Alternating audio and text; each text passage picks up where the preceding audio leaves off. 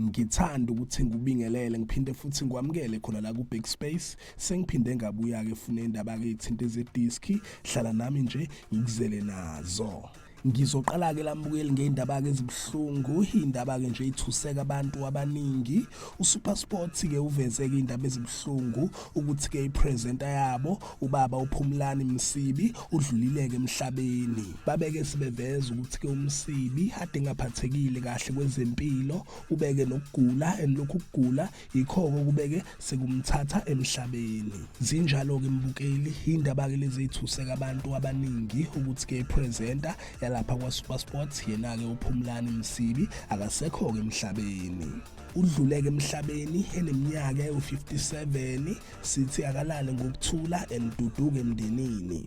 Ngidluleke mbukeli ngiye lapha kwindaba ke ithinta amakhosi, naye ke lapha umdlali weSuperSport United yena ke uNdlovu.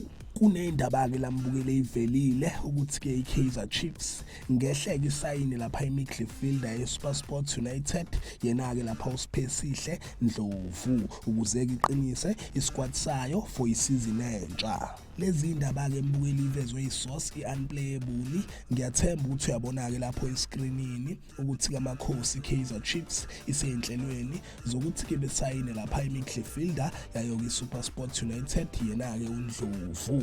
So zinjalo ke mbukeli, izo-ke lezi indaba ke nje isematheni, indaba ke ithinta zama transfer.